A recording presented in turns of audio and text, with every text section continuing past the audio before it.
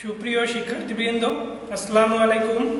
আশা করি বিশ্ব মহামারী করোনাকালীন সময়ে আল্লাহর অশেষ রহমতে সবাই সুস্থ আছো, ভালো আছো। চাঁদপুর পলিটেকনিক ইনস্টিটিউট কর্তৃক আয়োজিত 2020-21 শিক্ষাবর্ষের প্রথম পর্বের শিক্ষার্থীদের স্বাগত জানাচ্ছি। আমি Mohammad Mofidur Rahman, junior instructor nontech. এখন আমরা আজকে আমাদের ক্লাসে চলে যাচ্ছি।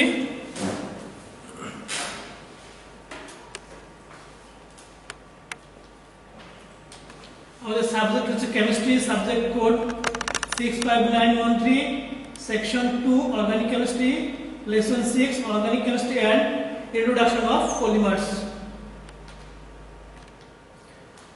আমাদের আজকের টপিকস হচ্ছে organic compounds, it's properties and applications, classification of organic compound by structure and functional group, define homologous series, alkanes and alkynes, properties and uses of general formula, names and structure of first 5 members hydrocarbons.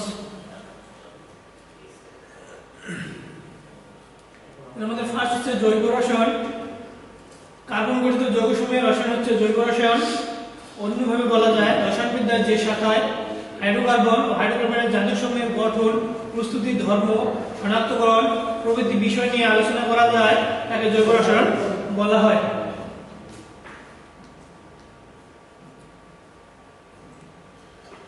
দেখো আমরা এখানে কিছু চিত্র দেখতে পাচ্ছি।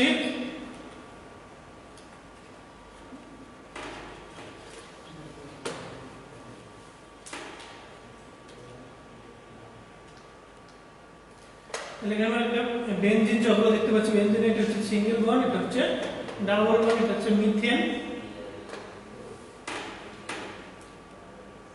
জৈব যৌগ উৎস বা প্রস্তুত পদ্ধতি যাই হোক না কেন, সকল জৈব যৌগে কার্বন পরমাণু বিদ্যমান। তাই বলা যায় জৈব যৌগ মূলত কার্বন যৌগ।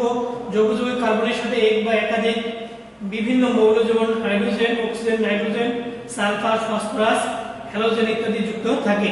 আবার কার্বনের দ্বারা গঠিত সকল যৌগই জৈব যৌগ নয়, যেমন carbon monoxide, carbon die oxide, sodium nitrate ইত্যাদি। বর্তমানে জৈব যৌগকে এমনভাবে সংজ্ঞায়িত করা হয়, কার্বন ও হাইড্রোজেন দ্বারা গঠিত যৌগসমূহকে হাইড্রোকার্বন বলা হয় এবং হাইড্রোকার্বন এদের যান্ত্রিকসমূহে জৈব যৌগ বলে, যেমন মিথেন, ইথানল, অ্যানিলিন ইত্যাদি। জৈব যৌগের ধর্ম বা বৈশিষ্ট্য। ভৌত অবস্থা। সাধারণ তাপমাত্রায় বেশিরভাগ জৈব যৌগ তরল কিংবা গ্যাসীয় হয়, তবে অধিক আণবিক ভরবিশিষ্ট জৈব যৌগসমূহ কঠিন হয়ে থাকে, যেমন ফেনফথলিন, ফেনল ইত্যাদি। স্থায়িত্ব। জৈব যৌগ সমযোজী বন্ধন প্রকৃতির হয়, এদের বন্ধন দৃঢ় হয়, ফলে অণুগুলো স্থায়ী হয়। গলনাঙ্ক ও স্ফুটনাঙ্ক। জৈব যৌগের অণু মধ্যস্থ আকর্ষণ কম হয়, এদের গলনাঙ্ক, স্ফুটনাঙ্ক সাধারণত কম হয়, যেমন মিথেনের গলনাঙ্ক -183 ডিগ্রি সেলসিয়াস এবং স্ফুটনাঙ্ক -162 ডিগ্রি সেলসিয়াস। ইথেনের গলনাঙ্ক -172 ডিগ্রি সেলসিয়াস এবং স্ফুটনাঙ্ক -89 ডিগ্রি সেলসিয়াস। তড়িৎ পরিবাহিতা। জৈব যৌগসমূহ সমযোজী বন্ধন প্রকৃতির হওয়ায় তড়িৎ পরিবহন করতে পারে না, কারণ গলিত বা দ্রবীভূত অবস্থায় এরা আয়নিত হয় না। দ্রাব্যতা। জৈব যৌগসমূহ জৈব দ্রাবক যেমন ক্লোরোফর্ম, ইথার, বেনজিন ইত্যাদি দ্রাবকে দ্রবীভূত হয়, কিন্তু অজৈব দ্রাবক যেমন পানিতে দ্রবীভূত হয় না। বন্ধন প্রকৃতি। কার্বন দ্বারা গঠিত যৌগসমূহ সমযোজী বন্ধন প্রকৃতির হয়। জৈব যৌগের প্রাচুর্যতা। কার্বন মৌলের অপর একটি বিশেষ বৈশিষ্ট্য এই যে এটি একক বন্ধন, দ্বিবন্ধন এবং ত্রিবন্ধন দ্বারা অপর মৌলের সাথে ভিন্ন ভিন্ন যৌগ গঠন করতে পারে। তাছাড়া কার্বনের রয়েছে ক্যাটিনেশন ধর্ম। সমানতা। জৈব যৌগের অপর একটি বিশেষ বৈশিষ্ট্য হলো সমানতা।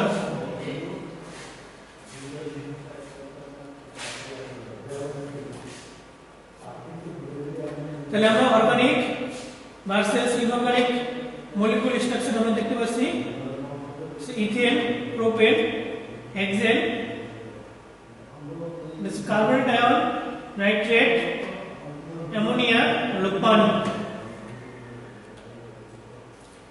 তারপরে এখানে কিছু দেখতে পাচ্ছি বেনজিন। এই বেনজিন এটা ত্রিমাত্রিক গঠন।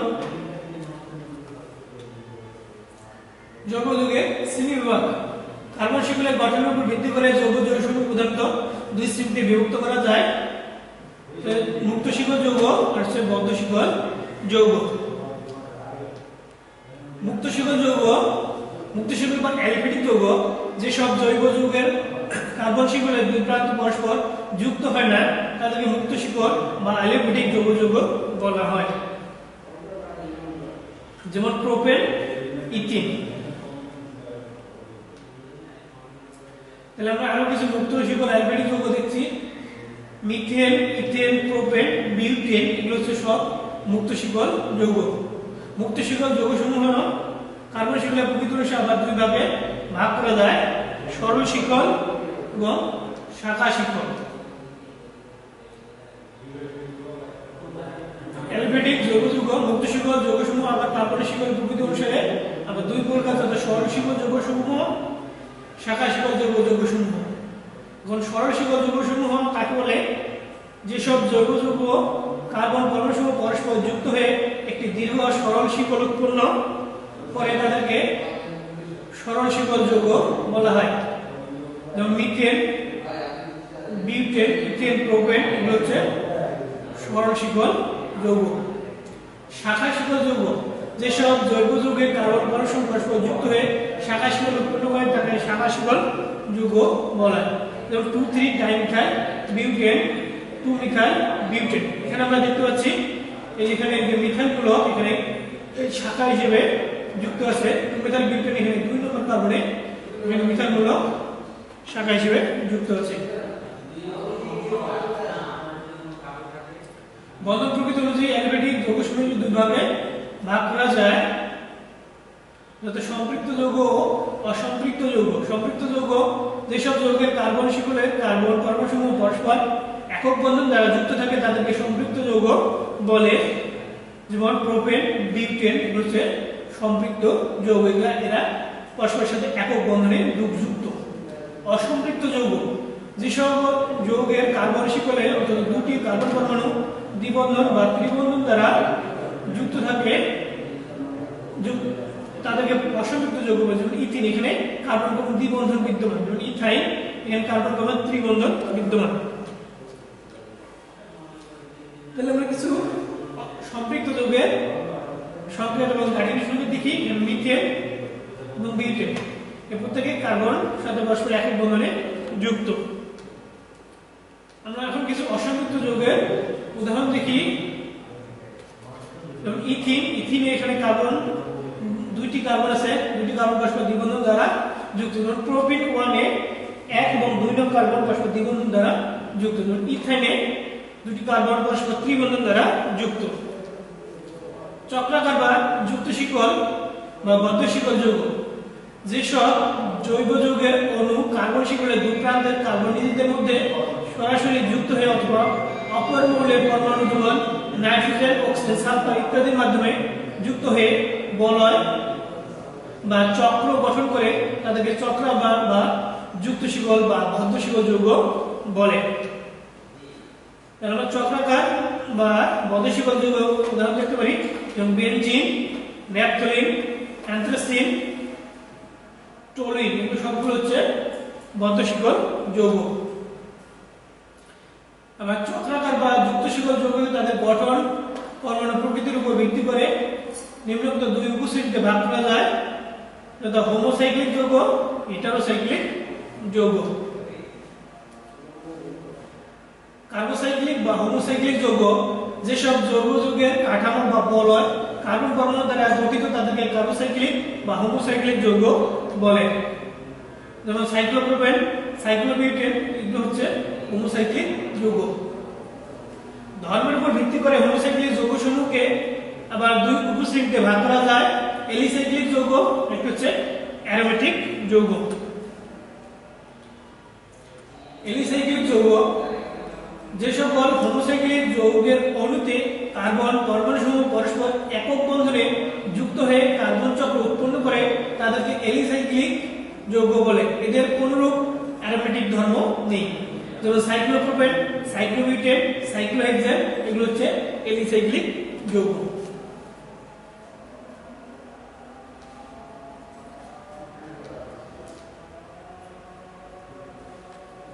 তাহলে আমরা এখানে দেখতে পাচ্ছি সাইক্লোপ্রোপেন কিন্তু কার্বন পরস্পরের সাথে একক বন্ধনে যুক্ত, সাইক্লোবিউটেন 4টি কার্বন পরস্পরের সাথে চক্রাকারে যুক্ত, সাইক্লোহেক্সেন 6টি কার্বন পরস্পরের সাথে চক্রাকারে যুক্ত।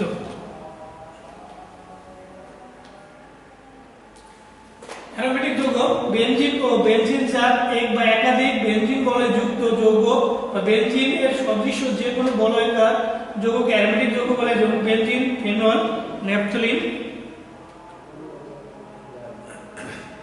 এটা হচ্ছে বেনজিন চক্র, এটা হচ্ছে ফেনল, এটা হচ্ছে ন্যাপথলিন।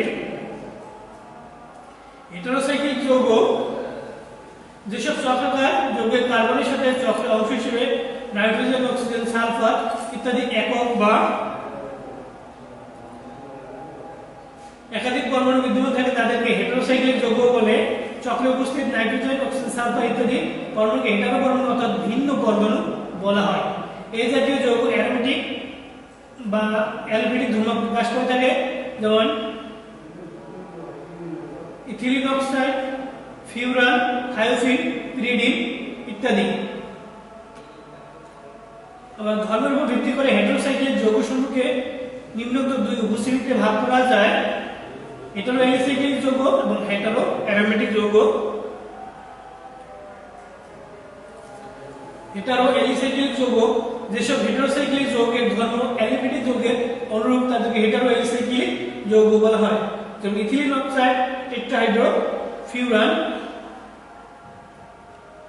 এগুলো হচ্ছে হেটেরো এলিসাইক্লিক যৌগ। হেটেরো অ্যারোমেটিক যৌগ যেসব হেটেরোসাইক্লিক যৌগের ধর্ম অ্যারোমেটিক যৌগের অনুরূপ তাদেরকে হেটেরো অ্যারোমেটিক যৌগ বলা হয়। ফিউরান, থায়োফিন, পিরিডিন এগুলো ধর্ম অ্যারোমেটিক যৌগের ধর্মের অনুরূপ। তাহলে যৌগ যৌগের শ্রেণী ও সংক্ষেপ আমরা সহজ দেখতে পারি। যৌগ যৌগ হচ্ছে মুক্ত শিকল, বদ্ধ শিকল।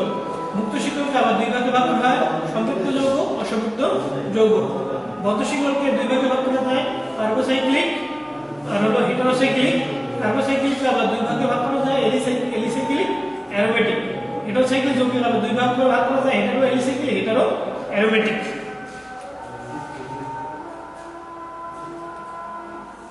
তাহলে যৌগ যৌগের নাম মনে রাখার কৌশল: mother is peanut butter, pentagon, hexagon, September, October, November, December. Mother methane, enjoys ethane, peanut propane, butter butane, pentagon pentane, hexagon hexane, September heptane, October octane, November প্রোনেন, ডিসেম্বর দেখে আমরা সরল করতে পারি।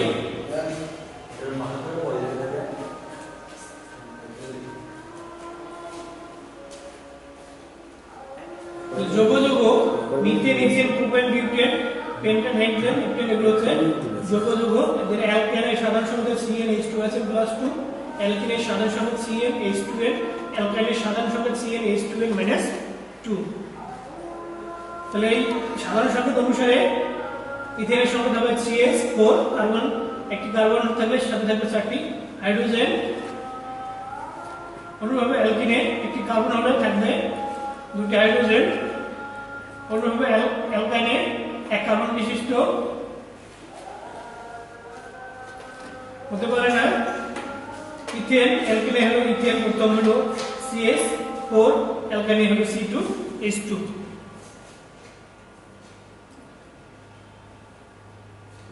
মিথেন, ইথেন, প্রোপেন, বিউটেন আমরা গাড়ির সঙ্গে দেখতে পাচ্ছি। প্রত্যেকটি কার্বন পরস্পরের একক বন্ধন দ্বারা যুক্ত, বাকিগুলো হাইড্রোজেন পরমাণু দ্বারা পূর্ণ হয়।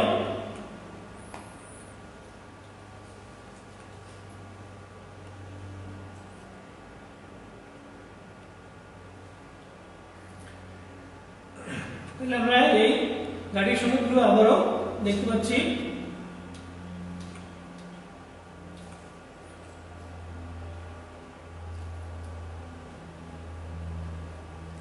অ্যালকেন সমূহের নামকরণ: যদি শাখা শিকল থাকে তাহলে আমরা কিভাবে নামকরণ করব। প্রথমে আমরা যে দিক থেকে শাখা কাছাকাছি হবে সেই দিক থেকে আমরা নামকরণ করতে পারি। যে এখানে যেহেতু CH3 মূলক মাঝখানে আছে, সেগুলো এখানে যে কোনো দিক থেকে নামকরণ করতে পারি। 2মিথাইল প্রোপেন। আমরা এখানে দেখতে পাচ্ছি CH3 বা মিথাইল মূলক দুইটি আছে, ডাইমিথাইল। এখানে টোটাল মৌলশিকলি কার্বন আছে 1 2 3 4টি, জন্য বিউটেন হবে 2 3 ডাইমিথাইল বিউটেন। এখানে যে কোনো দিক থেকে নামকরণ করি না কেন, এখানে যোগফল সমান হবে 2 মিথাইল বিউটেন। এখানে এই শাখা শিকল যে দিক থেকে কাছাকাছি হবে আমরা সেই দিক থেকে নামকরণ করব।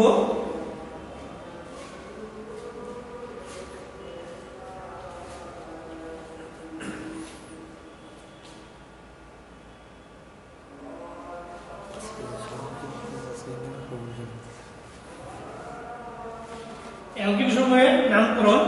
অ্যালকিন সময়ের নামকরণ যেদিক থেকে দ্বিবন্ধ কাছাকাছি হবে আমরা সেদিক থেকে নামকরণ করব।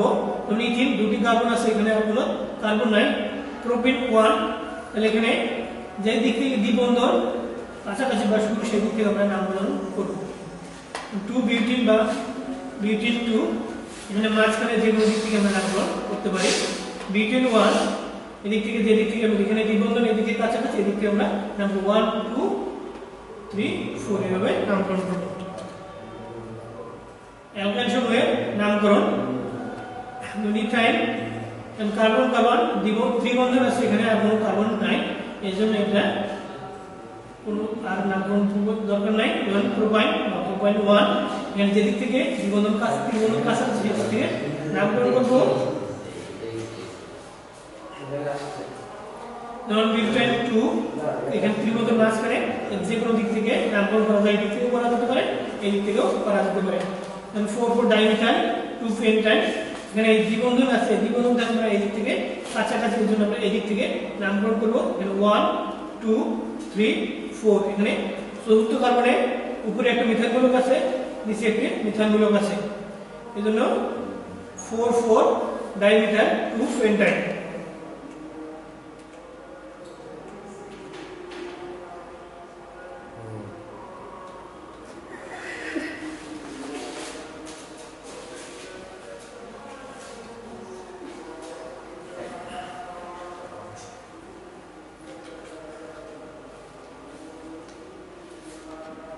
অ্যালকাইল মূলক সময়ের নামকরণ। অ্যালকাইলের সাধারণ সংকেত হচ্ছে CnH2SN+1, মিথাইল এখানে একটা বন্ধন থাকবে, CH3 এখানে C2H2 propyl, C3H7 butyl, C3H9।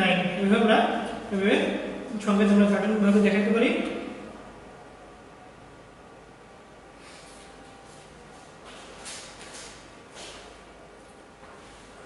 তাহলে হোমওয়ার্ক হচ্ছে জৈব যৌগ কি, জৈব যৌগের শ্রেণীবিভাগ কিভাবে করবে, এগুলো তোমরা অ্যাসাইনমেন্ট তৈরি করবে। আমরা যখন ক্লাসে চলে আসবো অ্যাসাইনমেন্টগুলো আমরা জমা নেব। তাহলে আমরা একটু দেখা দিচ্ছি, এটা আবার অ্যামোনিয়াম সায়ানাইডকে তাপ দিলে ইউরিয়া উৎপন্ন হয়।